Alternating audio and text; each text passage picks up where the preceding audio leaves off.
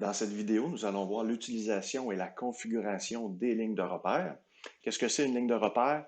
Eh bien, c'est tout simplement une flèche ou une ligne auquel est rattaché du texte ou de l'information quelconque. Donc, ça nous permet d'identifier des composantes ou de tout simplement attacher une note à un élément, à une géométrie, donc dans notre dessin.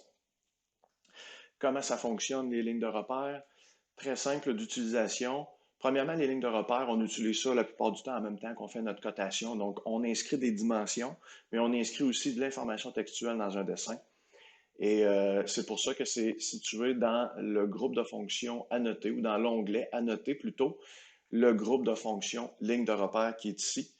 On l'a aussi dans l'onglet du début, dans le groupe de fonctions des annotations.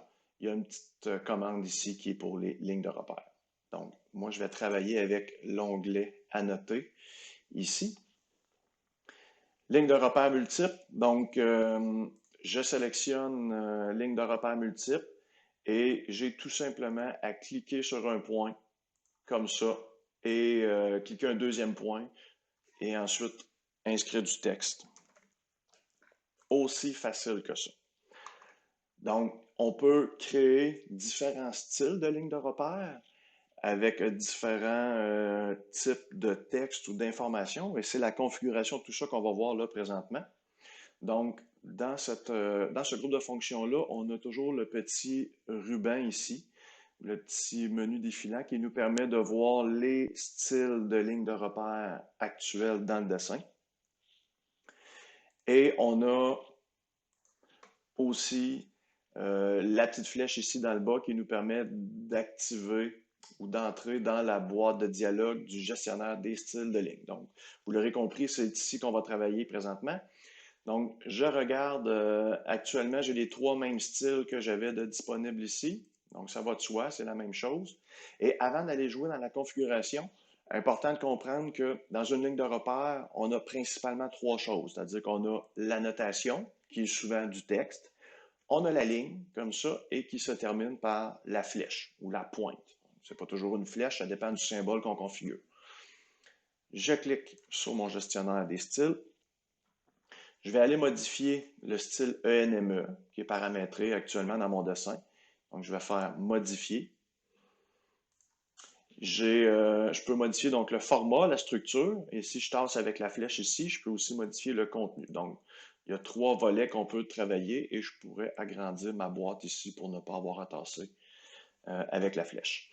Donc, très rapidement, de façon générale, on a le format, donc on peut utiliser des lignes droites ou des lignes spline qui peuvent être intéressantes. Donc, si, exemple, j'utilise la ligne, ou tiens, je vais commencer par créer un nouveau style. Donc, je vais faire un nouveau.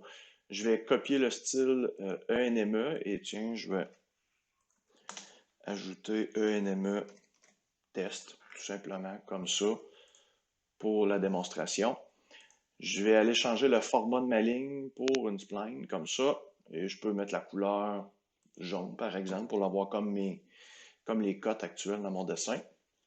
Je peux changer la forme de la flèche, donc ça peut être différents symboles qui sont les mêmes que pour les cotes, la taille, et ainsi de suite. Donc, c'est très, très similaire aux paramètres qu'on peut attribuer à une cote. Je peux modifier maintenant la structure, donc le nombre maximum de points qu'on doit cliquer dans notre dessin avant de commencer à entrer le texte finalement. Donc, si je fais OK là-dessus, je vais revenir à cette boîte-là quelques secondes. Donc, actuellement, je suis sur ENME test, donc c'est le nouveau style que je viens de créer. Et là, j'ai ici une spline, donc une courbe qui est effective au lieu d'avoir une ligne droite. Le nombre de clics que je parlais il y a quelques secondes, donc je clique une fois pour pointer, une deuxième fois et je tombe sur la position de mon texte. Je retourne dans mes paramètres, je fais modifier. Si je viens mettre ça à 3, je fais OK. Et là, au lieu de cliquer, donc je clique où je pointe, un deuxième point, et là, je peux aller positionner mon texte plus loin, comme ça. Donc, quand on travaille en spline, c'est souvent plus pratique d'avoir 3 points. C'est encore une question de méthodologie de travail, une question d'habitude. Donc, c'est un paramètre qu'on peut être appelé à aller changer de temps à autre. Donc, on est dans le nombre maximum de points. On peut attribuer des angles à nos segments, évidemment, ça s'applique surtout quand on a des lignes droites. Et on peut aussi, si je remets ça en droit comme ça, on peut inclure une ligne de guidage automatique ou non. Donc, la ligne qui est horizontale ici, si je décoche ça, elle ne s'affichera pas. Donc, je n'aurai pas toujours une ligne à l'horizontale avant mon texte, alors que si je le coche, peu importe la façon dont je clique dans l'écran, ça va se terminer par une ligne horizontale. Au niveau du format de la ligne, ben en fait, ici, on a tout ce qui est format, donc la grosseur finalement. Maintenant, ici, on a trois choix en termes de dimension totale de notre symbole. On peut travailler en annotatif, que j'explique pas là parce que ça fait l'objet d'une autre capsule. On peut travailler avec des lignes de repère qui sont en fonction de la présentation. Donc, quand je vais dans ma fenêtre de présentation et que j'insère une ligne de repère, elle va automatiquement s'ajuster pour avoir la bonne dimension en fonction de l'échelle. Et je peux aussi spécifier une échelle ici. Donc, par défaut, c'est à 1. Je pourrais spécifier, par exemple, l'échelle 2. Donc, toutes mes lignes de repère seraient 2 fois plus grosses que la dimension que j'ai imposée ici.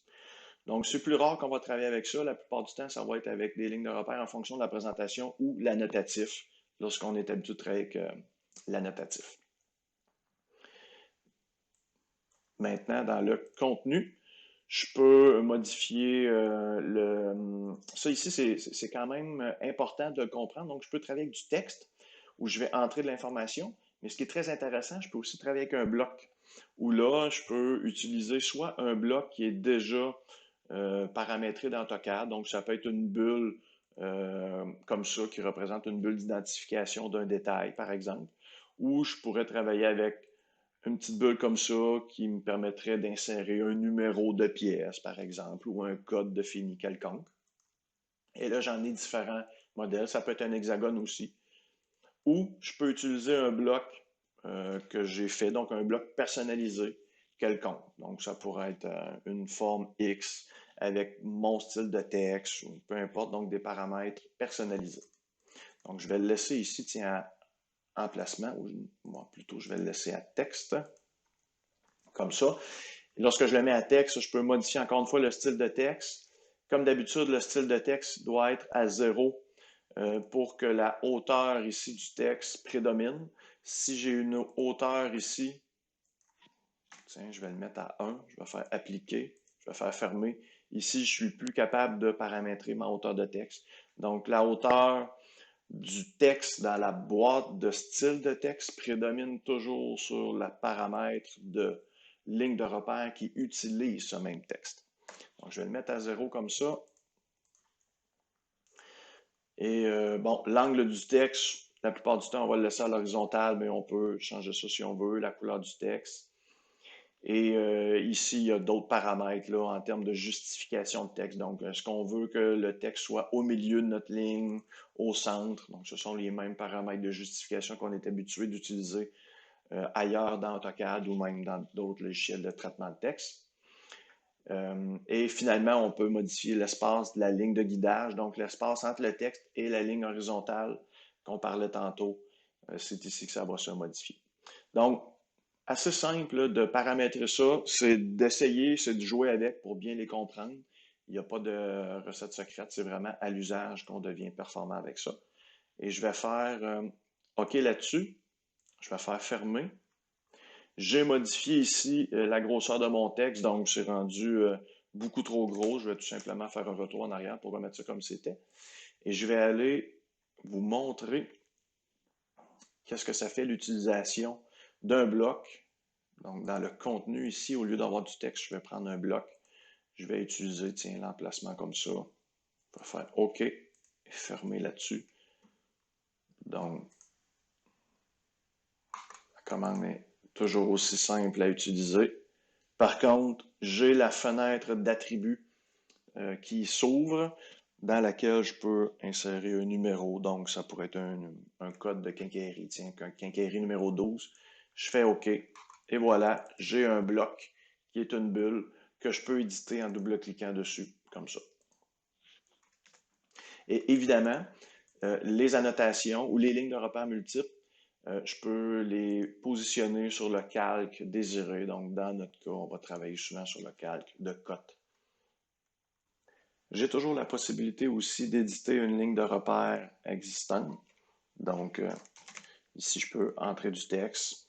Finalement, par après, je veux le modifier. Donc, je double-clique dessus et comme les éditeurs de texte ou de cote, je peux remplacer mon texte. Je peux aussi, quand je sélectionne ma ligne de repère, étirer l'objet via les poignées directement et je vais avoir différentes modifications qui vont s'appliquer en fonction de la poignée que je sélectionne. Par exemple, si je prends mon texte ici, on voit que c'est la totalité de la ligne de repère qui s'adapte versus ici la jointure où je suis capable de repositionner à partir de cet élément-là. J'ai une flèche ici qui me permet d'allonger seulement que la ligne horizontale. Donc, c'est différentes façons d'éditer les lignes de repère.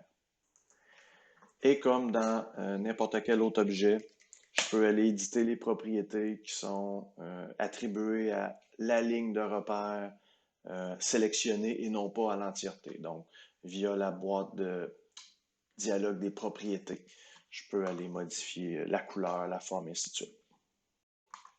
Et je peux aussi supprimer une de ces lignes-là, comme ça.